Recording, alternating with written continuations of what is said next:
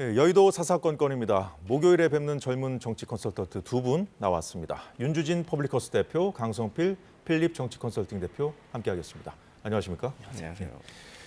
선거가 끝나고 벌써 일주일이 지났습니다. 정치권을 술렁이게 한 용산의 박영선, 양정철, 기용설 보도의 파장이 가시지 않아서 오늘도 이 문제부터 좀 더 살펴보겠습니다. 최초 보도가 나온 시점은 어제 새벽 5시 26분이었습니다. 아침 일찍부터 정치권 반응이 쏟아졌고 기자들도 취재하느라 분주했습니다. 그러고 나서 3시간여 지난 8시 53분에 대통령실이 검토된 바 없다는 공식 입장을 밝혔는데요. 이렇게 진화에 나섰지만 인재풀을 넓히는 차원에서 검토된 건 사실이라는 대통령실 관계자의 말도 나왔거든요. 대통령실 공식 라인에서 메시지 혼선을 빚은 겁니다.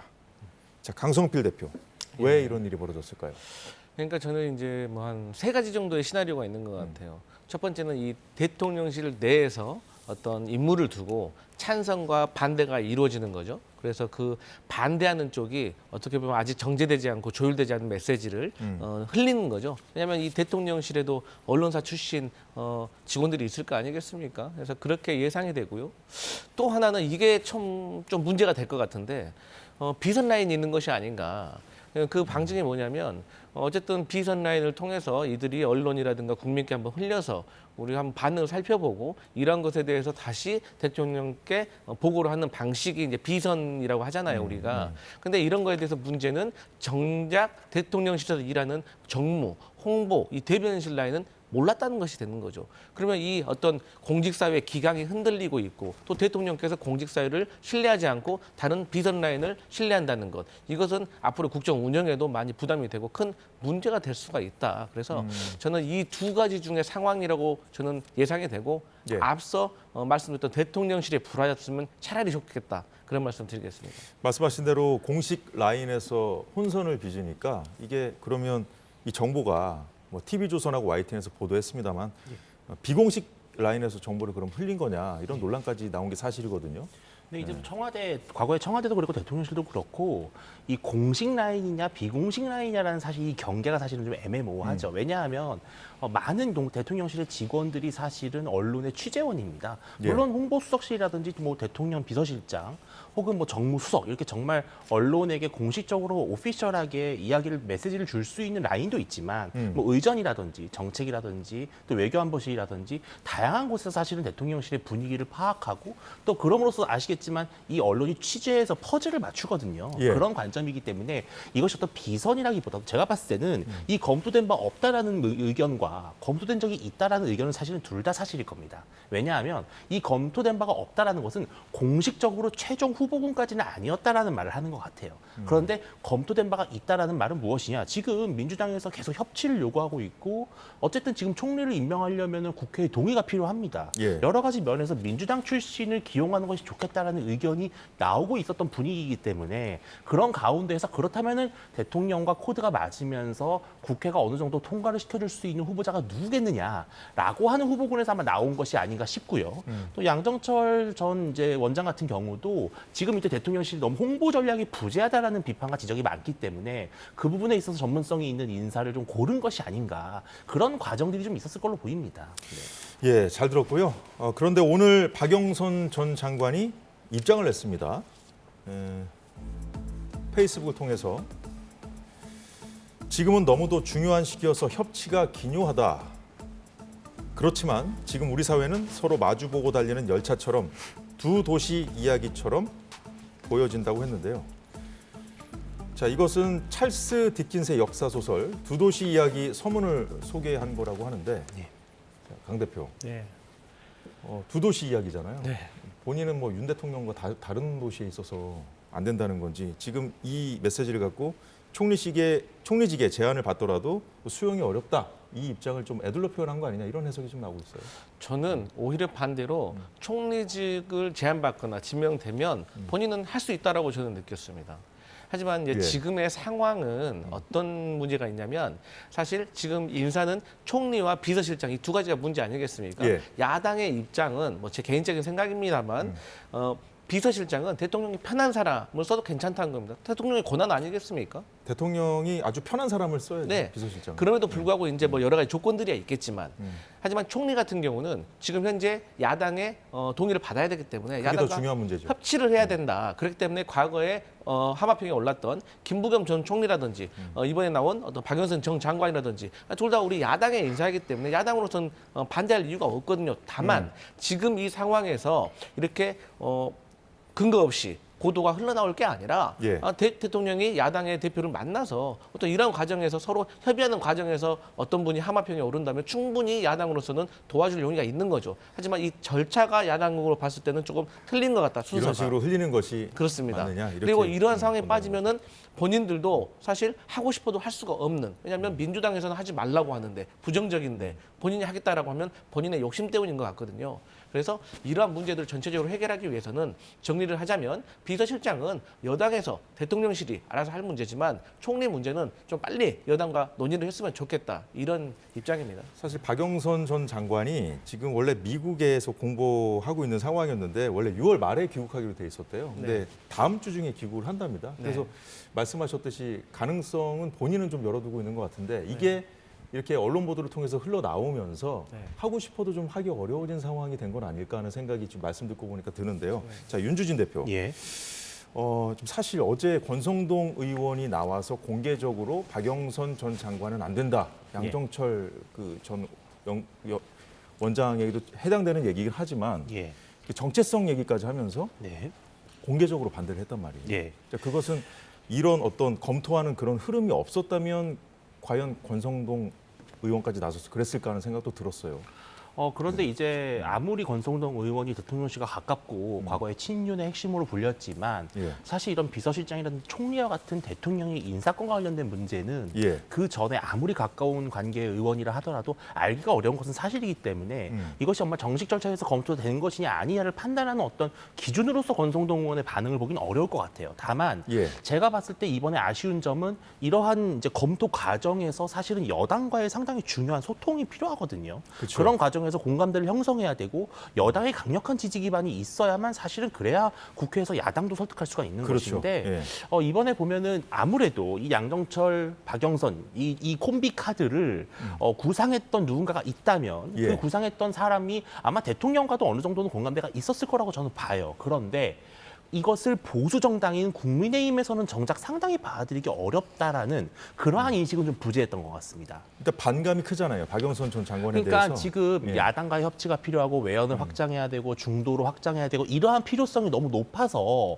국민의힘도 지금 위기감이 있으니까 여당으로서 이런 정도의 파격은 그래도 받아들이지 않을까라고 상상을 했던 것 같아요. 그런데 그러기에는 이미 특히 박영선 전 장관 같은 경우는 과거에 민주당에 있을 때 상당히 그 강경한 그런 성향을 가지고 있었던 보수 진영의 저격수로 오랫동안 그렇습니다. 활동했잖아요. 예, 또 기업에도 상당히 좀 불편함을 많이 줬던 의원인데 예. 그렇기 때문에 국민의힘 입장에서는 아무리 그래도 그렇지 박영선 장관을 우리가 이 국정의 최고 책임자로 모실 수 있느냐 그런 점에서 상당히 좀 자존심이 상하지 않았나 이런 생각이 좀 듭니다. 아무리 그래도 네. 이건 아니다라는 메시지를 권성동 의원이 예. 냈다는 말씀이신데 네. 자, 총리와 비서실장 이 투톱 중에 당장 급한 것은 비서실장입니다. 대통령실 정비부터 해야 하기 때문인데요. 어제 저녁에도 인선 관련 단독 보도가 하나 나왔습니다. 윤 대통령이 비서실장으로 친윤 핵심 장제원 의원을 기용하기로 결심했다는 제목의 기사였습니다. 자, 먼저 거론된 다른 당사자들과 마찬가지로 장제원 의원 역시 제안이 없었다고 부인했는데요. 그런데 대통령이 결심했다는 이 장제원 의원 카드 비서실장 제안한 사람이 홍준표 대구시장이었답니다. 그제죠. 지난 16일 서울 모처에서 윤 대통령과 만찬 회동을 한 사실이 뒤늦게 알려졌는데 바로 이 자리에서 차기 총리로 김한길 국민통합위원장, 비서실장의 장제원 의원을 추천했다고 홍 시장이 KBS에 확인을 해줬습니다. 윤 대표에게 먼저 여쭤볼까요? 예. 구체적으로 대통령과 어떤 얘기가 오갔는지는 홍준표 시장이 본인이 관리하는 홈페이지가 있는데 거기서 국가 기밀이라고 했어요. 얘기할 수 없다고 그랬는데 근데 만남 여부, 그 인선에 본인이 뭐 조언을 해줬다는 그 정도는 좀 확인을 해줬는데 이 상황 어떻게 봐야 될까요? 일단은 대통령 입장에서 이제 2년간 국정을 이끌어온 아주 고독한 지도자 아니겠습니까? 또 예. 총선에 엄청난 쓰라린 패배를 경험했고 이는 사실 지난번 대선 혹은 지난번 지방선거에서 홍준표 전 대선 후보, 홍준표 전 대표가 겪었던 그 참패의 경험과 상당히 맞닿아 있습니다. 예. 그런 점에서 이제 윤 대통령은 아마 홍 시장에게 심리적으로 상당히 의존하고 있을 것 같아요. 또 지금 최근에 보면은 이런 한동훈 비대위원장의 어떤 책임론 이런 문제에 있어서 홍준표 시장이 엄청나게 그 격한 소리를 지금 많이 내놓으셨잖아요. 그런 와중에 지금 만났잖아요. 그렇기 때문에 이게 과연 이제 윤 대통령 입장에서는 홍 시장으로부터 뭔가 좀 그 어떤 위로와 지지와 또 예. 조언을 듣고 싶었겠구나라는 생각이 드는데 홍 시장에게 총리를 제안했다라는 그러한 설도 지금 나오고 있습니다. 예. 그 정도로 상당히 이제 두 지도자가 긴밀히 가까워진 부분인데요. 다만 홍 시장 입장에서는 아무래도 본인이 직접 총리를 하는 것은 부담이 될 겁니다. 왜냐하면 다음 대권을 꿈꾸고 있는 지도자로서는 2인자의 자리는 상당히 좀 그늘이 될 수 있거든요. 예. 그런 점에서 대신 김한길 위원장을 좀 추천한 것으로 보이고 거기에 이제 본인과도 함께 일을 했던 또 인수위 비서실장을 맡았던 장제원 의원을 추천한 것이 아닌가 그렇게 예. 보고 있습니다. 강 대표는 어떻게 보셨어요? 제가 지난주에 이 자리에서 그 총리든 비서실장이든 조건이 세 가지가 필요하다고 했어요. 첫 번째는 윤석열 대통령이 정치에 대해서 조금 모자라니까 윤석열 대통령을 잘 설명해 줄 수 있는 정치 과외 선생님 같은 느낌. 그리고 두 번째로는 야당과의 협치를, 그러니까 야당을 잘 알아야겠죠. 그리고 세 번째가 정치적인 미래가 없어야 된다고 했어요. 지난주에 김한길 위원장 얘기하셨던 것 맞습니다. 같은데. 네, 그러니까 예. 홍준표 시장도 김한길 통합위원장을 추천한 이유 중에 하나가 가장 결정적인 하나 그겁니다. 사심이 없어야 된다는 거거든요. 그러니까 원희룡, 뭐 이상민, 정진석 다른 분들 그리고 장제원 의원 같은 경우도 정치적인 스텝이 있는 분들일 거예요. 그렇기 때문에 어떤 이슈에 대해서 대하는 태도가 오해받을 수가 있고 대통령과의 어떤 신뢰가 깨질 수도 있고 그런 이유 때문에 아무래도 이제 홍준표 시장도 김한길 국민통합위원장을 추천한 것이 아닌가 저는 그렇게 해석을 하는데요. 김한길, 장제원 카드는 괜찮다고 보세요? 저는 개인적으로 뭐 대통령은 확실히 기본적으로 본인하고 좀 신뢰가 있으신 분들하고만 일을 하려고 하는 것 같아요. 그게 사실 좀 문제입니다. 그것만 버리신다면 정말 넓어질 수가 있는데 그럼에도 불구하고 대통령이 아직 고치지 못하셨다고 하면 저는 비서실장으로는 장제원 그리고 뭐 총리로는 김한길 통합위원장도 저는 괜찮다고 생각을 합니다. 예, 계속 얘기를 이어가 보도록 하죠. 자, 윤 대통령은 오늘도 공개 일정을 잡지 않고 이러면 이번 주 후반에 단행하는 걸 목표로 해서 인선을 위해 장고에 들어간 거로 알려져 있습니다. 언론에 흘려서 여론을 보고 또 흘리고 또 여론을 보고 여론을 보려다가 또 혼선을 빚기도 하는 그런 상황이 계속 이어지니까 네. 사실 여당 내에서 좀 우리가 지금 이럴 때냐 이런 비판이 좀 나오고 있거든요. 윤 대표.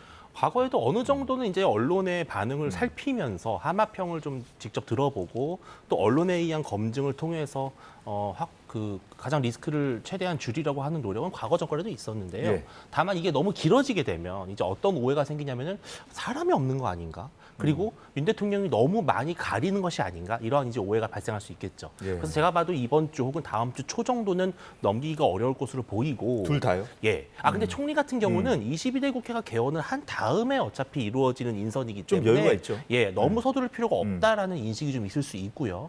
근데 비서실장이 먼저 정해져야 다음에 이제 수석 개편이라든지 그렇죠. 또 여러 가지 뭐 장차관 개편도 가능하기 때문에 비서실장에 대한 고민이 제일 깊을 것 같습니다. 또 지금 어차피 이관섭 실장이 그만두겠다고 한 마당에 대통령실을 이대로 비워둘 수는 없기 때문에요. 아마 윤 대통령이 비서실장을 먼저 1차적으로 인선하는 것을 목표로 하지 않을까 싶습니다. 예.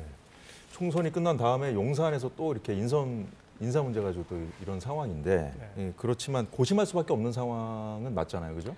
저는 이 고민의 본질적인 문제가 뭐냐면 총선에서 대통령의 부정적인 여론 때문에 패배했다는 어떤 여당 내의 어떤 공감대가 이루어지면서 대통령의 힘이 빠졌습니다. 그러니까 대통령의 그립감이 세면 사실 비서실장을 이관섭 같은 어떤 그 전문 공무원을 써도 되지만 지금은 본인이 조금 힘이 빠졌다는 것을 염려해 했기 때문에 조금 정치인, 좀 조직을 장악할 수 있는 그런 분을 찾고 있는 것이 아닌가 저는 그렇게 보고 있습니다. 예, 홍준표 시장과의 만남 관련해서 얘기를 하고 있는데 이 홍 시장이 윤 대통령을 만난 시점이 묘합니다. 윤 대통령을 만난 게 16일 저녁인데 총선이 끝나고 12일 그리고 13일, 15일 또 한동훈 전 비대위원장을 아주 거칠게 원색적으로 비난했습니다. 15일 글은 삭제하긴 했습니다만 그리고 윤 대통령을 만나고 나서 그날 밤에 이 잔인한 봄날이 간다. 이런 짧지만 의미심장해 보이는 글을 남겼는데 자, 윤 대표 예. 먼저 이 우리가 쭉 그 흐름을 보기 전에 이 잔인한 봄날이 간다 이거 어떤 맥락으로 좀 봐야 될까요? 일단 이번 4월 총선에서 국민의힘 집권 여당이 그 집어든 이 성적표가 너무나 참패의 성적이기 때문에 이 잔인한 봄날이라고 하는 것인데 예. 결국은 이것 또한 가고 이제 다음의 정치를 맞이해야 되는 것이죠. 결국 윤석열 정부라고 해서 계속 이렇게 패배 속에 빠져 있어서도 안 되고 또 여당 역시 빨리 심기일전해서 새롭게 체제를 구성하고 새로운 리더십으로 빨리 신속하게 재출발해야 되거든요. 예. 그러한 의미에서 이제 홍 시장은 뭔가 세수를 세 부대에 담아야 된다는 얘기를 좀 하고 싶은 것 같아요. 즉, 이 4월의 봄날은 갔고 이제 새로운 여름이 오고 있는데 이 여름에도 홍 시장은 결국은 한동훈 위원장이 다시 나타나서 당을 이끄는 것은 바람직하지 않다라는 의견을 좀 얘기하는 것 같고요. 예. 또 이 4월의 봄날만 잘 지내고 나면 다시 국민의힘과 정부가 새롭게 시작할 수 있다. 그런 희망의 메시지도 같이 던지는 것 같습니다. 네. 예, 그렇군요. 자, 이 한동훈 전 위원장을 비난을 하다가 또 이제 대통령을 또 만나고 나서는 좀 안 하다가 또 1시간 전쯤에 또 글을 올렸다는데 근데 이제 어쨌든 그 상황에서 대통령을 만나서 또 본인은 또 인사 추천도 했다는 거 아니에요? 네. 근데 한동훈 전 위원장도 선거 과정에서 대통령과 좀 소원해졌다는 관측이 나오고 있는 상황이잖아요. 그렇죠. 이 흐름이 좀 복잡해 보이기도 해요. 한편으로는. 어떻게 봐야 그러니까 될까요? 뭐 권력 구조가 다 그런 겁니다. 그러니까 한 사람을 중심으로 여러 명이 이제 대권을 준비하고 있는데 그런 과정에서 이제 서로 간에 권력 다툼이 일어나는 겁니다. 그러니까 홍준표 대구시장이 예. 한동훈 전 비대위원장을 원색적으로 비난했던 것은 대한민국 전체가 아는 거 아니겠습니까? 예. 대선 라이벌로 생각을 했기 때문이다. 근데 본인은 그렇게 얘기하시면 매우 불쾌하시잖아요. 하지만 사람이 듣는 사람과 보는 사람이 느끼는 게 정답 아니겠습니까? 예. 그러한 차원에서 여당 내에서는 홍준표 시장이 한동훈 비대위원장을 비난하는 것에 대해서 상당히 부정적으로 생각을 하죠. 지금 화면에 나오죠. 네. 오늘 올린 그 페이스북 글 한동훈은 윤 대통령의 그림자에 불과하다. 네. 또 저격을 했어요. 그러니까 이제 뭐 한동훈 비대위원장이 선출된 권력이 아니고 대통령이 임명을 해줬는데 대통령의 뜻대로 움직이지 않고 또 본인 정치를 했다는 뭐 그런 것을 애둘러서 말하는 것 같고 예. 또 한편으로는 홍준표 그 대구시장과 대통령과의 어떤 제대로 된 어떤 관계가 설정이 된 것이 아닌가 저는 그렇게도 느껴지는데 하여튼 결론은 여당 내에서도 이제 한동훈 비대위원장은 예. 보수의 자산이 됐습니다. 그렇기 때문에 어쨌든 잘 키워가지고 다음 대선에서 대권 주자로 한번 기대를 걸어보고 있는 당원들과 지지자들이 분명히 있어요. 그래서 이러한 것들을 알기 때문에 홍준표 시장으로서 예민하게 반응하는데 결국은 선의의 경쟁을 하는 것이 본인께도 좋을 것이다. 그래서 계속해서 부정적인 비난을 하는 것은 내부에서도 공감받지 못하고 있고 또 본인에게도 부메랑 효과. 그러니까 한동훈 비대위원장이 선거 내내 네거티브로 하니까 결국 홍준표라는 사람한테 돌아오지 않겠습니까? 아프게. 그래서 홍준표 시장도 이제는 비난을 그만하시고 예. 선의의 경쟁자로 한번 뛰는 게 어떨까 그런 생각이 봅니다. 저기 주군의 대들다 폐쇄자 됐다는 얘기까지 했는데 주군이 뭐 대통령을 뜻하는 거 아니겠어요? 예. 이게 지금 윤 대통령을 만난 다음에 지금 이 글을 또 올린 거고 예. 윤 대통령은 지금 두둔하고 있고 또 인사 추천까지 해준 그런 예. 상황이거든요. 한동훈 전 위원장에 대해서 지금 사실 지금 당내에서는 이 총선 참패에 대한 책임론, 네. 대통령의 책임이다라고 하는 여론이 더 많잖아요. 당내에서는 지금 예. 그런 상황에서 지금 이런 흐름들 어떻게 봐야 될까요? 그러니까 일단 지금 대통령과 홍준표 시장은 상당히 정치적으로 이 공감대가 형성돼 있는 부분이 있어요. 그게 바로 한동훈 위원장의 컴백을 바라지 않는다는 것이죠.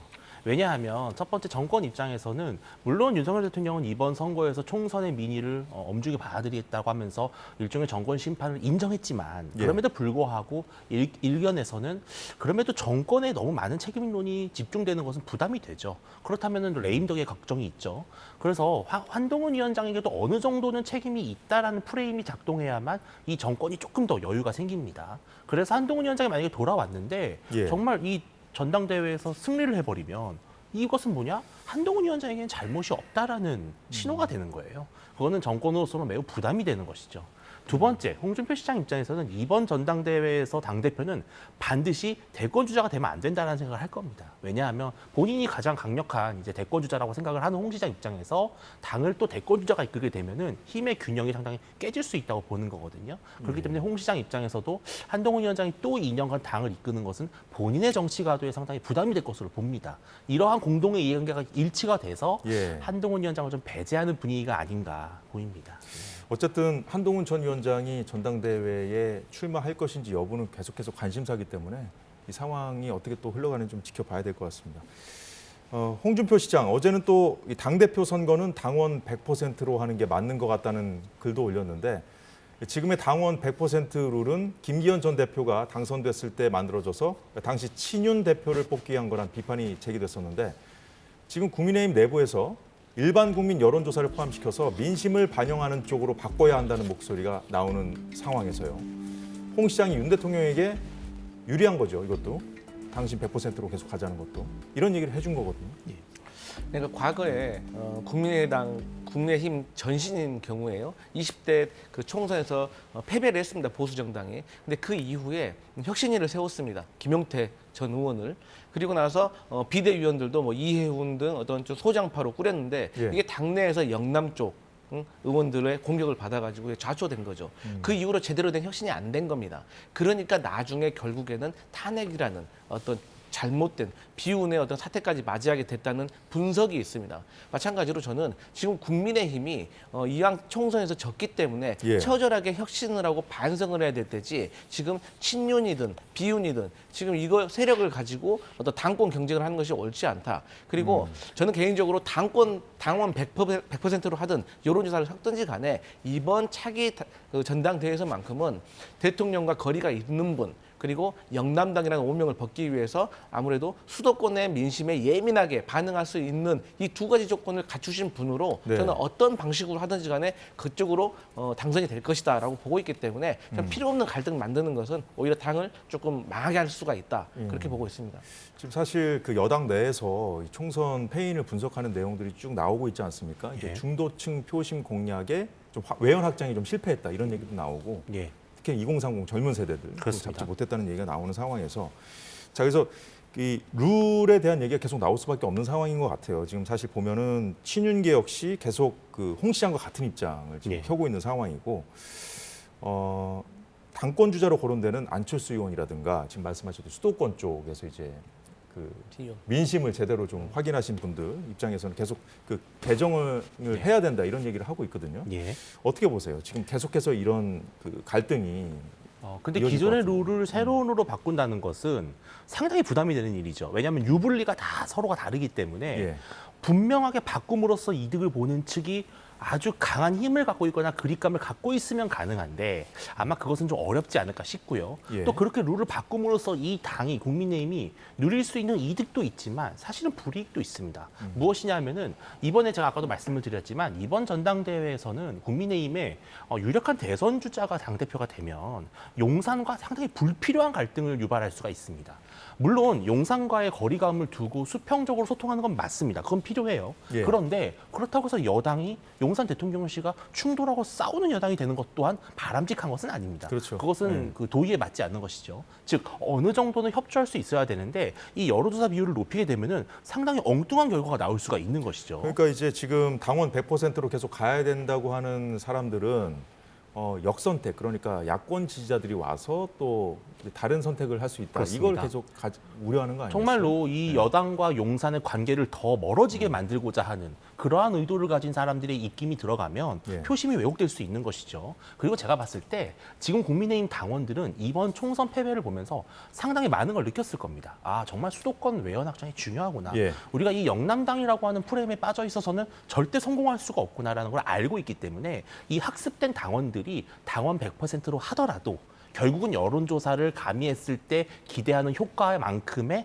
표심을 보여줄 것이다. 저는 그렇게 예상하고 있습니다. 그런데 지금 이제 국민의힘에서 이렇게 전당대회 룰 갖고 이렇게 신경전이 벌어지고 있는 것도 좀 이해가 가는 것이 지금 총선이 끝나기가 무섭게 민주당에서 지금 그 특검 정국을 바로 제기했잖아요.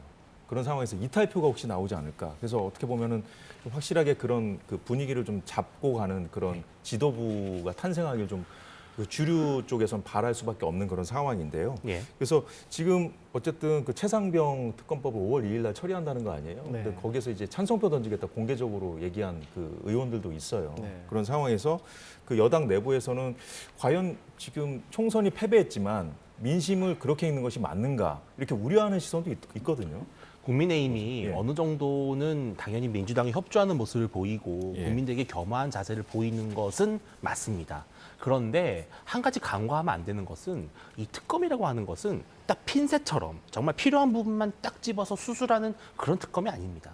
온 사방을 예. 다 뒤집는 그런 아주 그 블랙홀처럼 될 수 있는 요소가 매우 강하거든요. 그럴 가능성이 농후해 보이죠. 이 국민의힘이 자칫 잘못해서 이 특검을 너무 무턱대고 받아들이게 되면 정말 뜻하지 않은 상당한 정권의 위기가 올 수 있습니다. 그것은 국민의힘으로서는 되게 엄중하게 받아들여야 되거든요. 예. 이 최상병 특검 문제 혹은 뭐 김건희 여사 문제 정말 해결해야 될 문제를 해결하는 것은 기존의 검찰과 공수처로도 사실은 상당히 충분한 부분들입니다. 이 특검이라고 하는 아주 그런 대대적인 일을 벌일 만한 사안이라고 보기는 어렵거든요. 근데 이 특검은 자칫 잘못하면은 정말 불필요한 정쟁과 갈등까지 유발해서 이 정치권을 엄청난 혼란으로 불어넣을 수 있다. 예. 그런 부분을 좀 염려해야 될 것으로 보입니다. 그러니까 지금 말씀을 듣고 보면 이 보수 정당이 앞으로 나아갈 방향에 대해서 좀 더 고찰해보고 예. 어떻게 보면 당정 간에도 뭐 건강한 관계를 좀 만든다거나 예. 또 대통령의 뭐 어떤 소통 이미지 이런 걸 좀 예. 만들어주고 이런 쪽으로 가야 되는데 예. 너무 이런 야당의 좀 그 특검 전국에까지 좀 끌려다닐 필요가 있겠느냐 이런 우려를 좀 하신 것 같은데 네.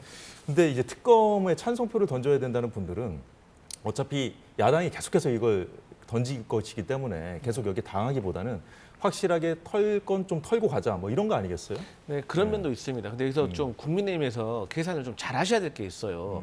만약에 이 당심을 가지고, 그러니까 당원 100%로 계속 가잖아요. 그러면 영남권 지금 현역들이 많지 않습니까? 그러니까 그렇기 때문에 아무래도 조직력이 더 좋을 겁니다. 그래서 만약에 이 당권 경쟁에서 수도권의 비윤 후보들이 이런 네. 룰 때문에 피해를 받는다? 그러면 이분들은요, 나중에 이 최상병 특검과 관련해 가지고도 마찬가지지만 앞으로 계속해서 이 정부와 각을 세우는 다른 생각을 하게 될 것이다. 예. 그래서 앵커께서 말씀하신 것처럼 이 털건 털고 가야 된다는 측면이 저는 이렇게 이어진다, 연계성이 그렇게 있다라고 보고요. 예. 이것은 이미 처음에는 이제 통과시키는 거는 야당의 힘만으로 할 수 있는 거 아니겠습니까? 그러니까 재표결을 했을 때 이탈표가 있는 건데 그렇기 때문에 결국 이것은 흐름이다. 이것은 야당의 공세라고 생각하지 말고 예. 뭐 그렇게 생각할 수도 있겠지만 결국에는 이 최상병 특검은 거부할 수 없는 흐름이고 또 이 당권 경쟁도 그런 흐름 속에서 오히려 단합을 만들 수 있는 계기가 될 수 있다. 그러기 위해서는 민심을 받들어서 그냥 그 수도권 비윤 당권 체제로 가는 것이 국민의힘 미래에 좋을 것이다. 저는 그렇게 판단합니다. 예, 이렇게 지금 전국은 특검 전국으로 바로 이제 달리고 있는 그런 상황에서 민주당이 오늘은 지난해 4월에 윤 대통령이 제2 요구권을 행사했던, 그러니까 거부권을 행사했던 양곡관리법 개정안을 본회의에 직회부했습니다. 이 양곡관리법 개정안은 이재명 대표의 1호 민생 법안이기도 하잖아요, 그죠? 특검으로 여권을 압박하는 동시에 또 민주당이 민생도 챙긴다는 그런 이미지를 주기 위한 그런 투트랙 전략으로 보이는데 이재명 대표 관련 발언 듣고 또 윤재욱 국민의힘 원내대표가 한 얘기도 있는데 같이 들어보겠습니다. 민주당은 선거 때 약속드렸던 민생회복지원금을 포함해서 민생회복 긴급조치를 제안드립니다. 말이 아니라 함께 실천하기를 바랍니다. 민생회복지원금으로 약 13조 원 정도, 소상공인 대출 및 이자 부담 완화에 약 1조 원 정도가 필요할 것 같습니다. 민생회복지원금 지급에 대해서 예산 재원 마련 대책이라든지 이런 것들을 고민해야 되니까 아마 정부에서 그게 실현 가능한 얘기인지 검토할 것으로 생각합니다. 자, 윤주진 대표. 예.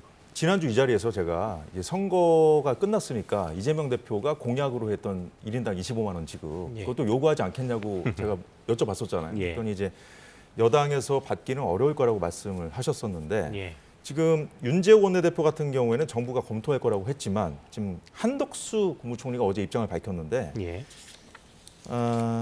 단순히 얼마씩 주면 행복해진다는 것은 네. 굉장히 경계해야 할 정책이다. 확실히 선을 그었어요. 네.